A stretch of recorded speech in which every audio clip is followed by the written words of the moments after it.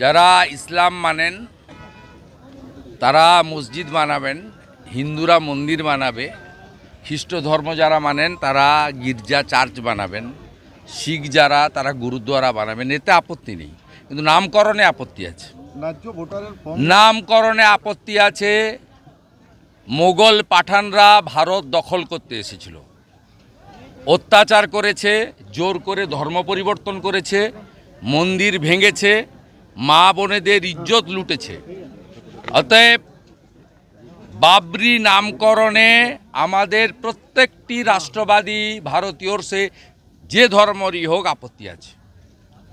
এই নামকরণকে কেউ সমর্থন করে না, এরা আগুন নিয়ে খেলছে। এবং আমি আপনাকে আগাম পূর্বাভাস দিচ্ছি, পশ্চিমবাংলায় হিন্দুদেরকে বোকা বানানোর জন্য লোক দেখানো সাসপেন্ড হয়েছে। আগামীকাল এই বিতর্কিত নামে বিতর্কিত একটি ডেটে ঠিক করে শিলান্যাস মমতা ব্যানার্জির পুলিশ করতে দেবে। আমি আপনাকে ভিতরের খবর বলে গেলাম, মমতা ব্যানার্জির মুখ আর মুখোশ দুটো আলাদা।